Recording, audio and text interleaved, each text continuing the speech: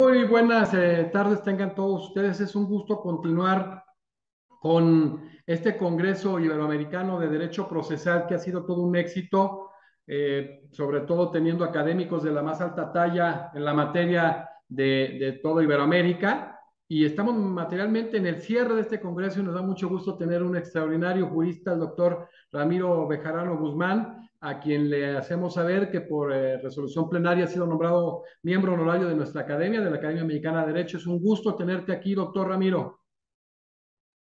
Bueno, Bueno, pues pues lo lo primero es primero que es me que declaro muy homenajeado con esa distinción con la que me recibes y para mí es realmente una situación inesperada que me llena de orgullo, que sabré honrar y bueno, estoy a disposición de ustedes para este magnífico Congreso Iberoamericano de Derecho Procesal que entiendo ha tenido pues otras voces muy importantes y muy escuchadas en todo el continente. todos, ha sido muy plano, muy parejo, gente muy brillante y ahora por Colombia te tenemos a ti, Ramiro. El doctor Ramiro Bejarano Guzmán, presidente honorario del Instituto Colombiano de Derecho Procesal, vicepresidente de la región Caribe del Instituto Iberoamericano de Derecho Procesal, abogado por la prestigiosa Universidad Externado de Colombia, especializado en Derecho Privado por esta universidad y con estudios en la Sorbona II en París, Francia, profesor emérito de la Facultad de Derecho y director del Departamento de Derecho Procesal de la Universidad Externada de Colombia, profesor de la Cátedra de Derecho Procesal en la Universidad de los Andes, miembro de la Academia Internacional de Derecho Procesal, columnista del Espectador y del ámbito jurídico, abogado, asesor y tratadista, y hoy miembro honorario de la Academia, con el tema El ensayo de la justicia virtual colombiana. Es muy importante ver cómo ha venido esto implementándose, sobre todo a nivel iberoamericano. Doctor Ramiro, ¿cómo se implementó este proceso electrónico, este proceso virtual, a través de alguna ley específica en Colombia? Sí, déjeme por favor hacer una previa advertencia.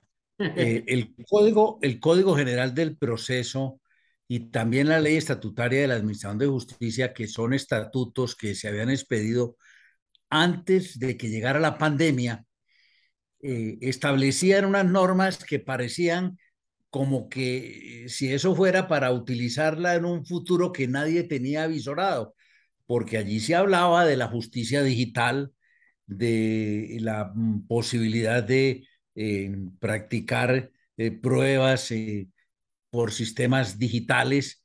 Y es decir, lo que era evidente era que nuestra legislación eh, estaba consciente de que había un instrumento que en el futuro tendríamos que llegar a él, pero la verdad lo pusimos allí como si nadie esperara que eso fuera a ocurrir.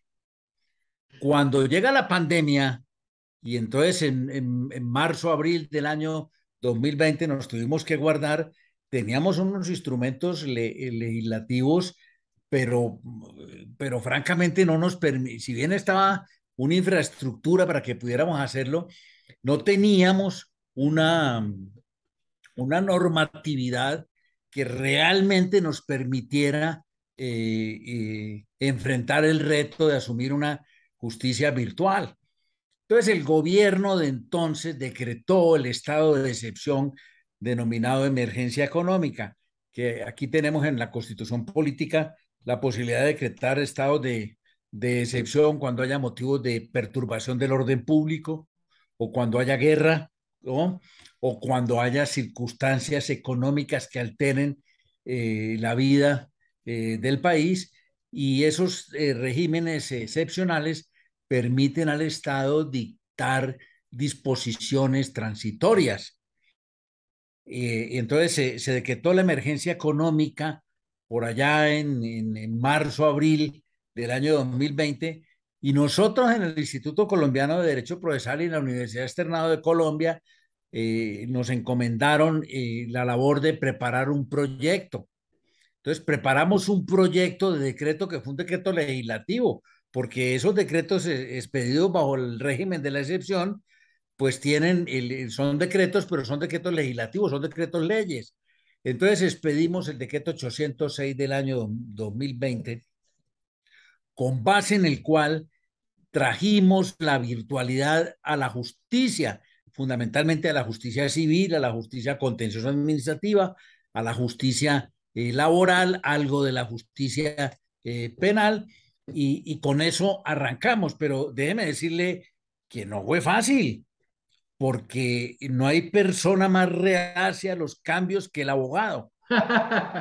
Aquí, y cuando sacamos ese decreto, muchos decían que eso, ¿para qué ese decreto? Que eso no tiene ningún sentido, que eso no era necesario, que con las normas que había era necesario. Pues bien, la experiencia demostró que sí necesitábamos esa normatividad, que la expedimos a tiempo. Ese decreto se expidió, como era un decreto legislativo transitorio, se expidió por el término de 2 años.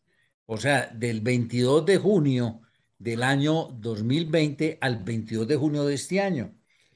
Entonces, la primera cosa que tuvimos que hacer es que este año estaba pues a punto de perder vigencia el decreto 806, el decreto legislativo, y nosotros corriendo todas las organizaciones, el Instituto Colombiano de Derecho Procesal, la Universidad Externado, otras universidades, colegas, amigos, tramitando en el Congreso una ley que incorporara como legislación permanente el decreto 806.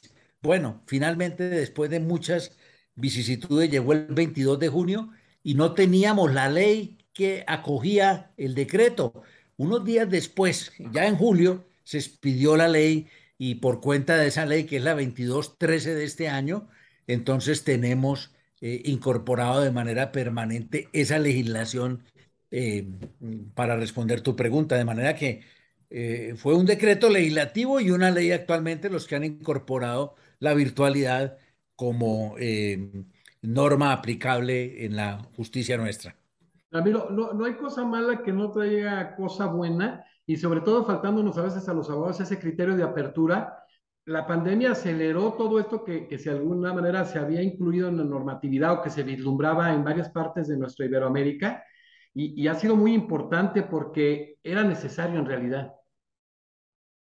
Sin duda, claro que sí. Ahora, yo creo que la virtualidad llegó, mucha gente la criticó, pero hoy en día los más arduos defensores de la virtualidad son los jueces.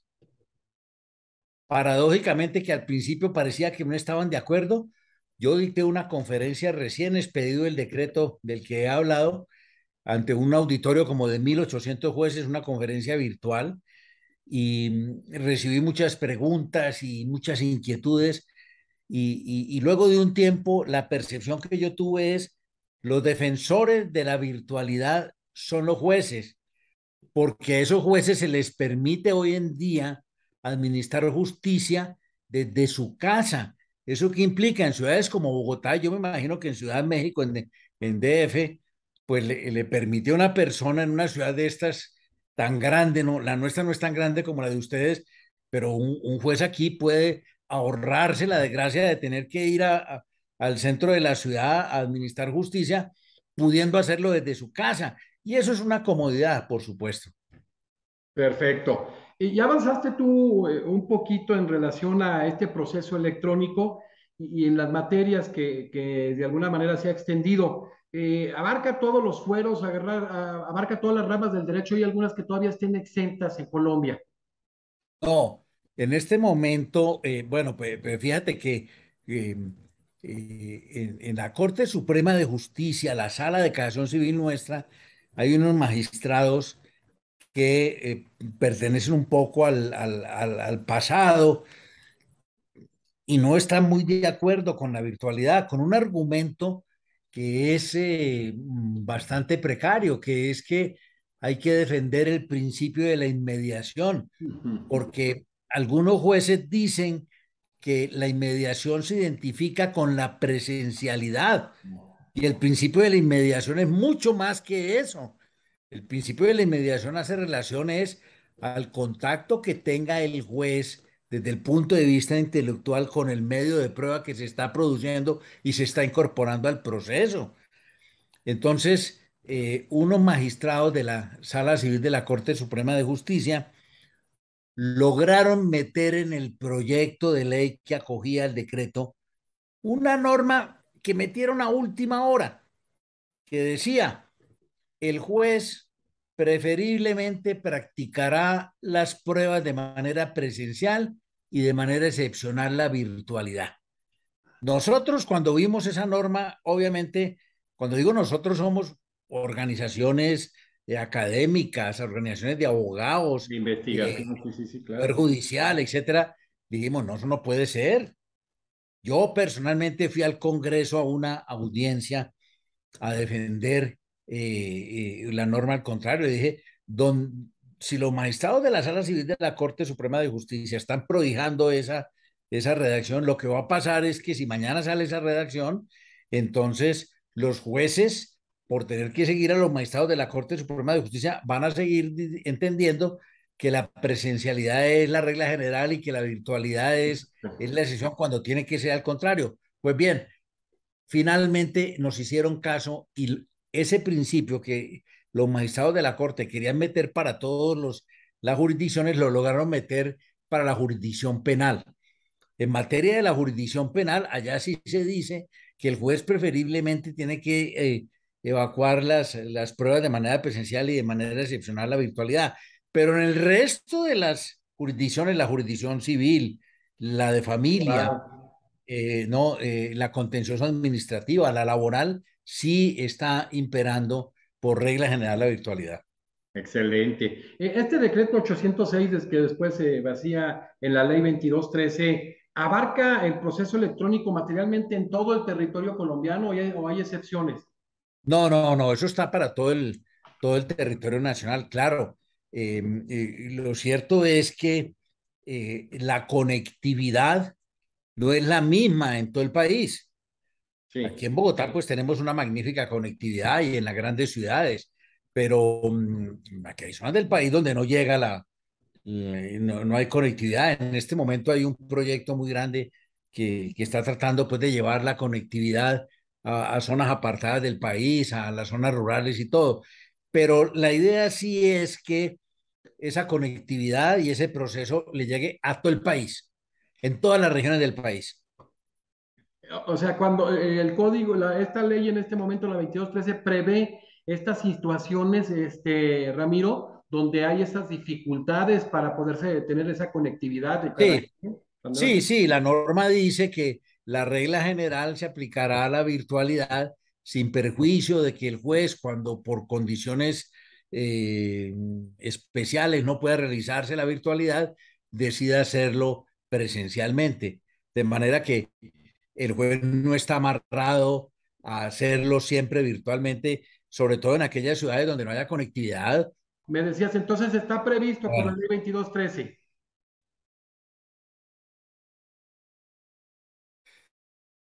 no, no te oí bien, perdón, Entonces, repíteme la entonces pregunta es, porque se te perdón, cortó. entonces decíamos que prevé todo esto la ley 2213 y está generalizado a todo el territorio de Colombia, en todas las materias materialmente.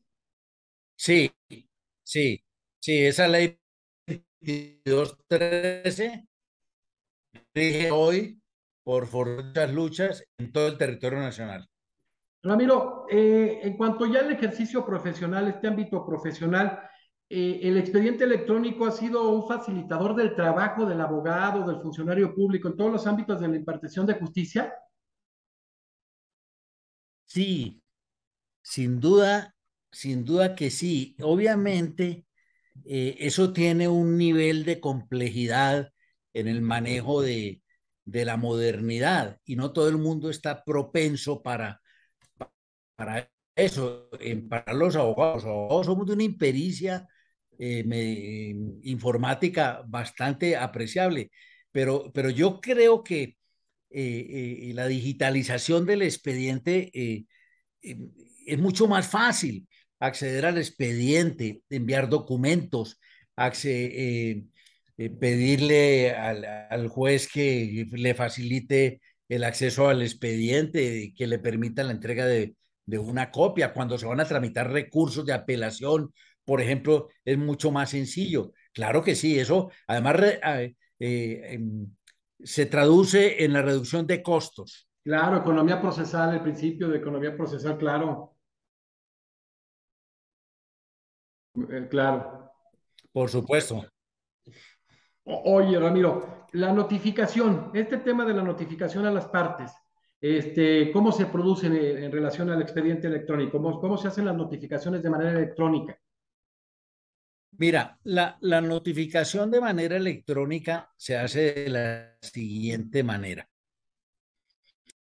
Nosotros hemos introducido una norma en ese decreto 806 que ha gustado mucho y que al principio la gente era reacia, y es que cuando el demandante presente su demanda, salvo que contenga medidas cautelares, es su obligación enviársela a su contraparte, a la dirección de su contraparte, porque hemos acabado con ese fetichismo de que la demanda solamente debe ser conocida por la contraparte cuando el juez la admita. No, nosotros establecimos una norma diciendo, no señor, usted cuando presente la demanda, señor demandante, salvo que pida medidas cautelares, envíesela a su contraparte, para que su contraparte esté advertida. Si la demanda se la inadmiten por un defecto de forma, cuando usted subsane la demanda, entonces también le envía a su contraparte ese escrito. De manera que cuando el juez admita la demanda, ¿no? Simplemente le va a enviar por correo electrónico la copia de la providencia con base en la cual admitió la demanda. Ya no tiene que darle la demanda y los anexos con la parte de la obligación. Entonces, ¿cómo se hace esa notificación? El juzgado envía un correo electrónico y entonces se dice por la ley que se entiende notificada la providencia 2 días después de haberse recibido en el correo electrónico.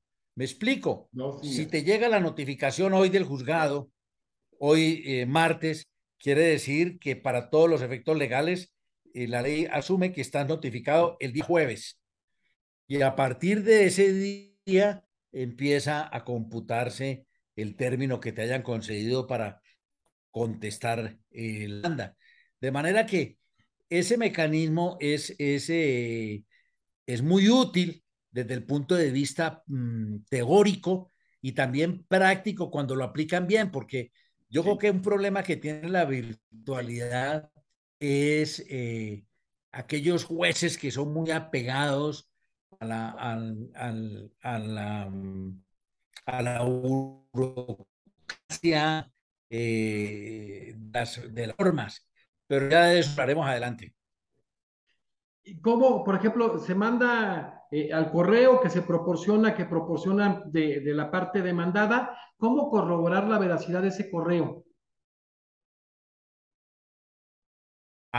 Bueno, el sistema tiene un mecanismo de retorno con base en el cual se acredita que el correo llegó a su destino.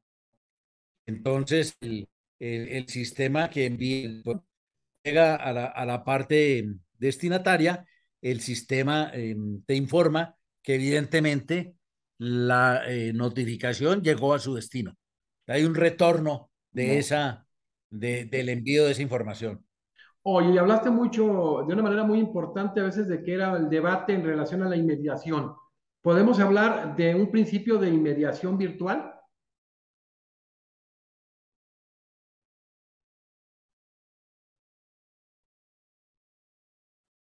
Mira, ese sí que es un gran tema y es el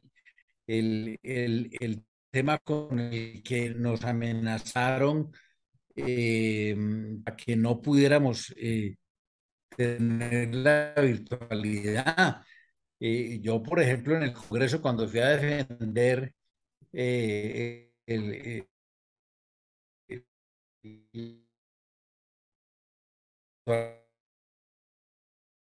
existe, equiparar la presidencialidad no existe.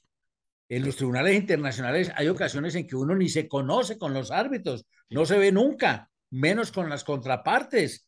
¿Por qué? Porque todo se maneja mediante un sistema virtual.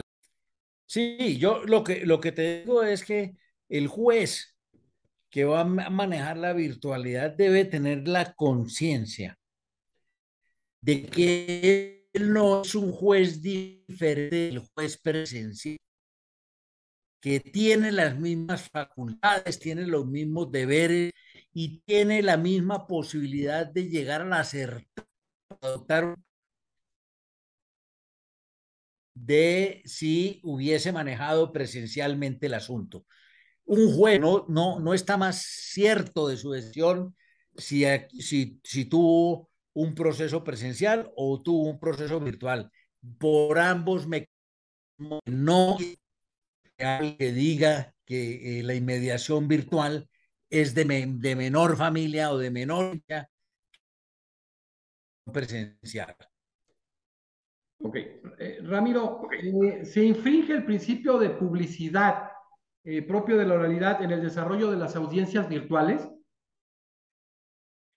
Mira, yo tengo que decirte lo siguiente. Ya después desde el año 20 hasta hoy, todo el 2021 y lo que llamamos del 22, mi experiencia en la virtualidad conjuntamente con la oralidad es la siguiente. Yo creo que la virtualidad está hecha sobre todo para un juez que quiere despojarse de los fantasmas del papellado, como decimos aquí, porque una de las cosas que yo he notado en la virtualidad, por ejemplo, es para cuando se inicia una diligencia, entonces el juez o la jueza tienen un funcionario y hay 5 o 6 testigos que van a rendir declaración. Por supuesto, un testigo no puede oír lo que el otro testigo va a hacer. Entonces, se inicia la audiencia, están los 5 o 6 testigos que van a rendir declaración y empieza un procedimiento de verificación de su identificación, del nombre de cada testigo. Y entonces cada testigo tiene que empezar, decir yo me llamo fulano de tal, y entonces el juez o el funcionario le dice cuál es su cédula de ciudadanía, y mi cédula de ciudadanía es tal, por favor exhíbala, y entonces el señor tiene que exhibir y, y hacer que porque no lo veo, y esa es una diligencia dispendiosa. Entonces, el juez identifica a todos los testigos de esa manera y luego cuando va a oír cada testimonio, la misma operación. Hágame el favor de identificarse y otra vez, yo me llamo Ramiro Bejarano, vengo a declarar, etcétera. Aquí está mi cédula, aquí está por el anverso. Hoy, por ejemplo, arrancamos a las 9 de la mañana, teníamos como 5 o 6 testigos y la primera hora de la diligencia versó sobre esa verificación. Entonces, obviamente eso es una pérdida de tiempo. ¿Por qué? Porque entre la mezcla de la virtualidad y la oralidad, con una persona que quiere mantener la estructura del viejo proceso, pues esas cosas terminan colapsando. Entonces, ¿se afecta la publicidad del proceso? Hombre, yo creo que depende del juez que esté administrando el proceso. Yo creo que por principio no debe afectarse la publicidad, ¿no? Porque las personas pueden acceder al proceso, etcétera, pero hay jueces que se meten en una tramitología que termina volviéndose un mare magnum de dificultades, como les decía, esa experiencia de tener que exponer la cédula, identificarse por la mañana y por la tarde volver a identificarse, como si uno hubiera cambiado de identidad entre la mañana y la tarde, hubiera cambiado de cédula de ciudadanía, documento de identidad entre la mañana y la tarde. Pero esas son cosas que obviamente conspiran contra la virtualidad por cuenta de la oralidad también. Oye, Ramiro, por ejemplo, en este tema de la incorporación de pruebas en específico, vamos a hablar de la documental en audiencias virtuales. Paralizar. ¿Me escuchas, Ramiro? ¿Ramiro? ¿Ya? A ver, Ramiro, ¿me escuchas? ¿Tienes dificultad con él? Sí, te No, escucho, pero te veo como no, entrecortado. fíjate qué raro, casi nunca nos falla a nosotros, pero bueno. Oye, Ramiro, en este tema de la incorporación de las pruebas, específicamente la documental, en audiencias virtuales, en los supuestos en que se impugnen los documentos, ¿cuáles son las soluciones?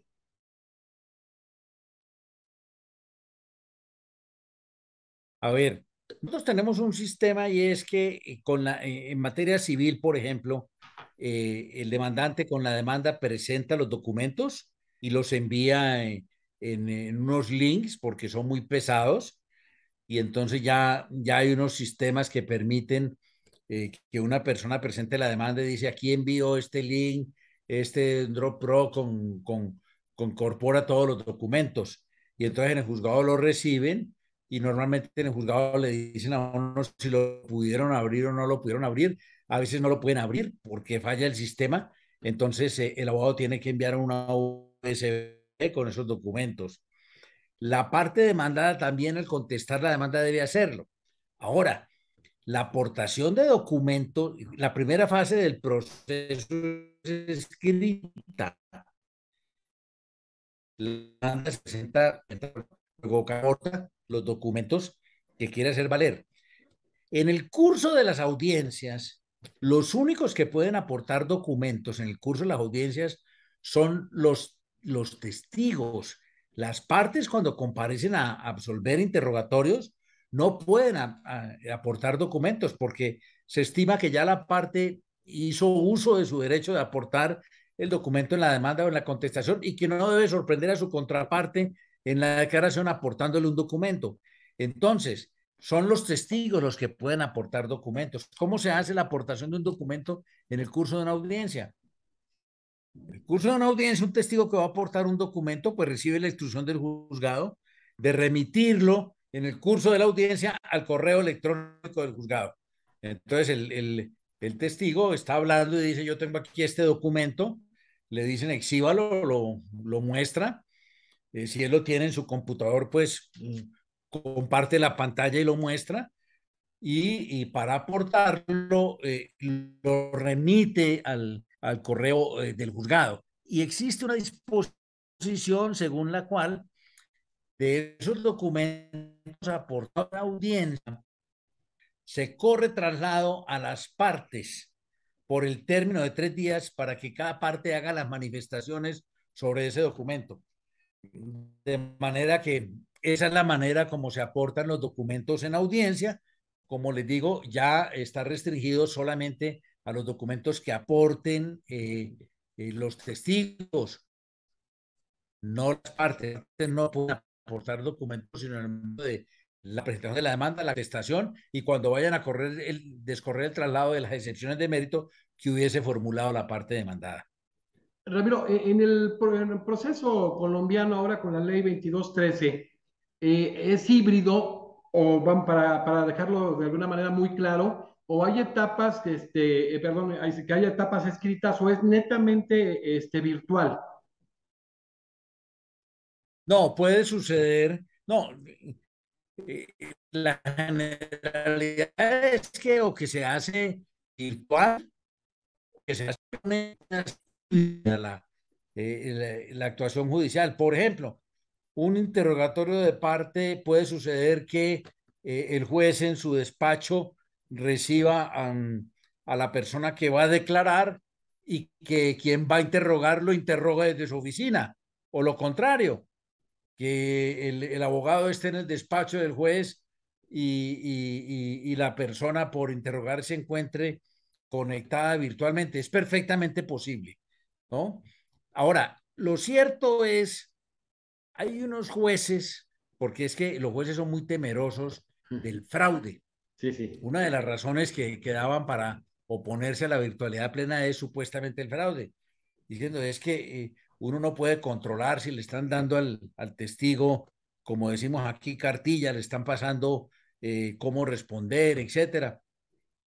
Porque el juez no puede ver, no puede apreciar fácilmente si en la sala en que está el declarante hay otras personas o no. Una seña.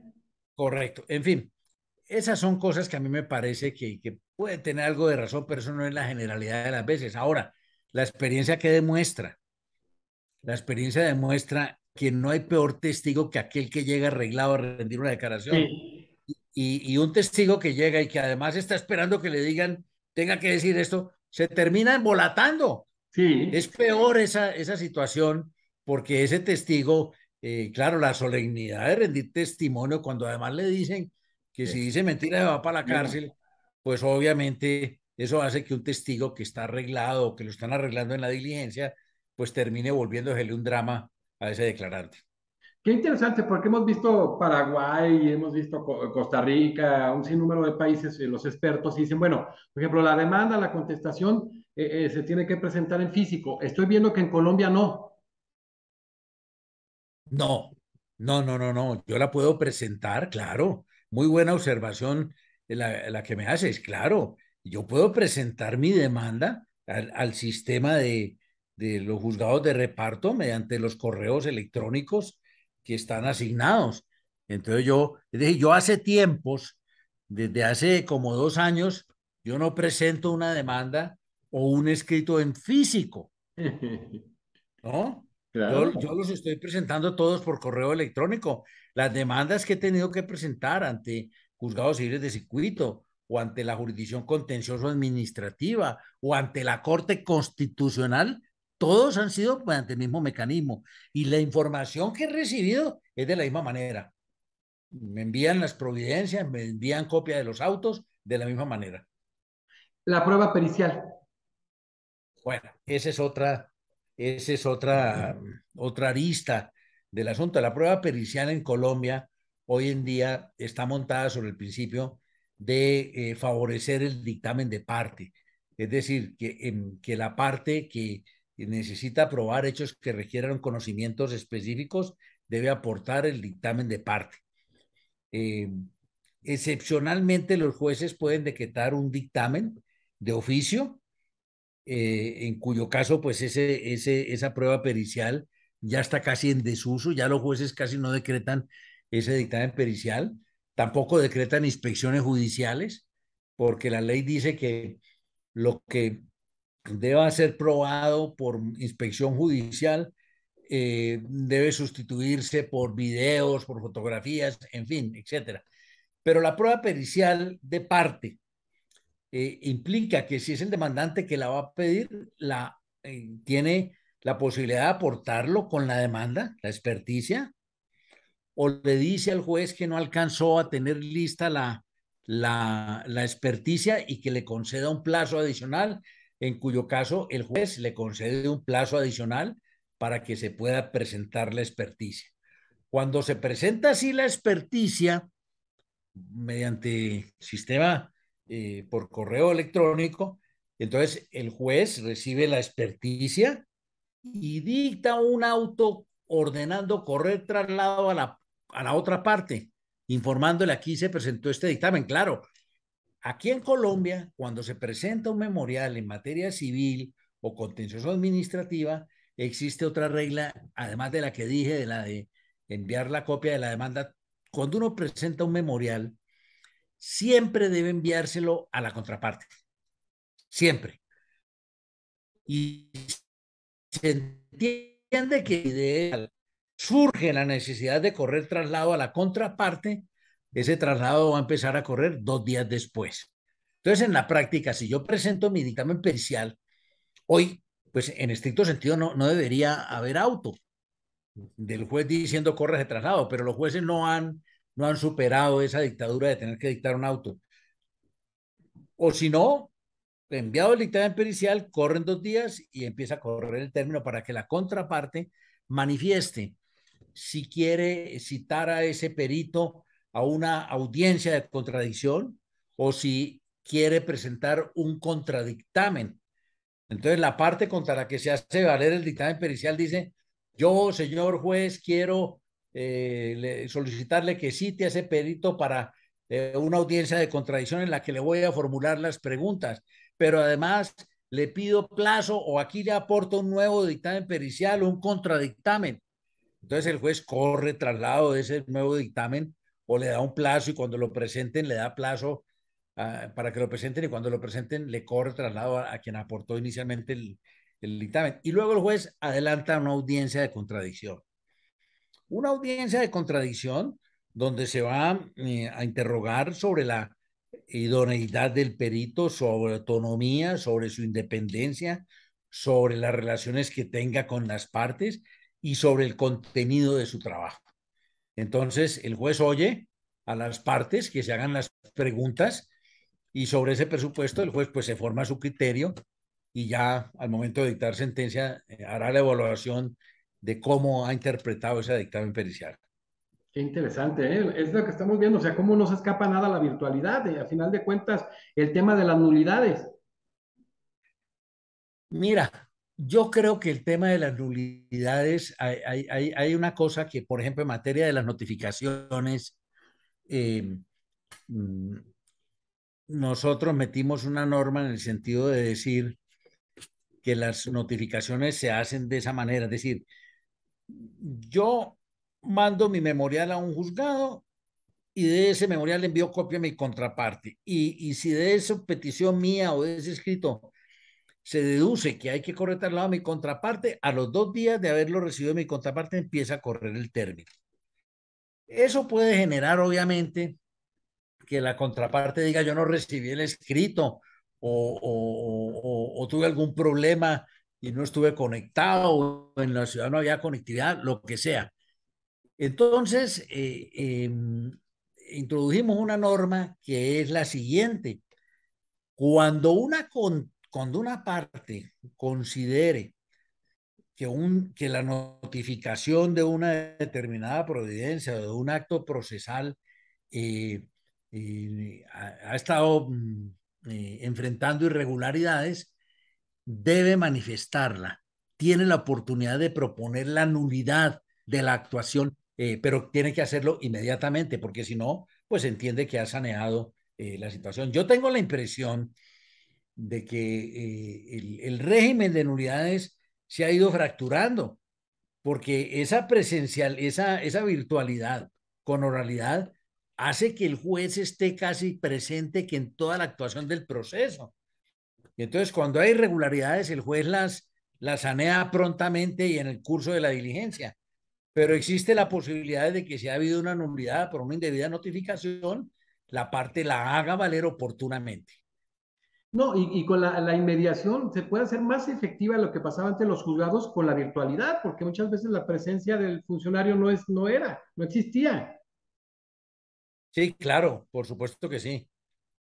Oye, Ramiro, en este sentido, ¿hay algo importante en esta ley 2213 con relación a cuando se dan las limitaciones económicas o condiciones de vulnerabilidad de las partes para hacer posible las audiencias híbridas o se considera que precisamente esta virtualidad hace que más efectivo el principio de economía procesal? A ver, nosotros tenemos una institución que está en el Código General del Proceso de mucho antes, la 213, que es la institución del amparo por pobreza. Es una institución que le permite a una parte que no tiene recursos suficientes para que se vea menoscabado su propia subsistencia, de pedirle al juez que lo releve de asumir cargas, de tener que pagar cauciones, etcétera. Esa norma está vigente desde antes. Ahora, ya en el escenario de la virtualidad, cuando hay una población o un grupo de personas que se encuentran en una situación económica o que es un grupo étnico que se encuentra en situaciones de inferioridad, eh, la norma prevé la posibilidad de que el juez tome las medidas pertinentes para garantizarle a ese grupo de personas que están en condiciones de inferioridad económica o social la posibilidad de acceder a la justicia. Si el juez encuentra, por ejemplo, que va a practicar una audiencia virtual con unas personas que no tienen ni idea de manejar computador, que obviamente se les ve la ignorancia para aproximarse a este sistema, el juez debe decir, hombre, yo no voy a practicar esto de manera virtual, prefiero hacerlo de manera presencial para garantizarle los derechos a ese grupo étnico o a ese grupo social que esté en condiciones de inferioridad. Qué interesante que se prevea todo esto. A tiempo, a 2 años de implementar todo este tema, de alguna manera de ser un decreto y ahora ser una ley, ¿cómo sientes que ha avanzado este ensayo de la justicia virtual en Colombia? Mira, yo creo que yo estoy feliz como colombiano de que me haya tocado vivir este momento, de poder haber sido partícipe de esta transformación. Esta sí es una verdadera revolución en la justicia, porque yo creo que así le estamos llegando a más gente en más tiempo. El número de audiencias que los jueces celebran en la virtualidad es infinitamente superior al número de audiencias que hacían en la presencialidad. Yo creo que el sistema ha sido muy bueno. Nosotros hemos acertado en eso. Ahora, tengo que decir que cuando hay unos jueces o unos abogados que tienen el alma prendida a un inciso o que viven con la obsesión de que el único proceso que sirve es el escrito, esos jueces eh, sufren con el proceso oral y sufren más con la presencialidad, porque ellos, para ellos no conciben otro mundo, pero yo creo que esas personas cada día son menos y vamos avanzando. Yo creo que vamos por el buen sendero. ¿Qué pendientes tiene esta situación, este tema del proceso electrónico? ¿Qué pendientes tenemos que tú consideras en lo particular en el ejercicio profesional, Ramiro? Yo creo, por supuesto, que haya una garantía de conectividad en todo el país, que en todo el país haya las mismas condiciones, que la conectividad sea buena, que no haya pues las excusas que a veces se presentan de que están en una audiencia y se va la luz, ese tipo de cosas. Yo creo que eso es muy importante. Lo otro, la capacitación de los abogados. Los abogados tenemos que capacitarnos para poder enfrentar esto. Ahora, lo otro es ese batallón de jóvenes que están educándose en las universidades. Esa gente es la que nos va a reemplazar muy pronto.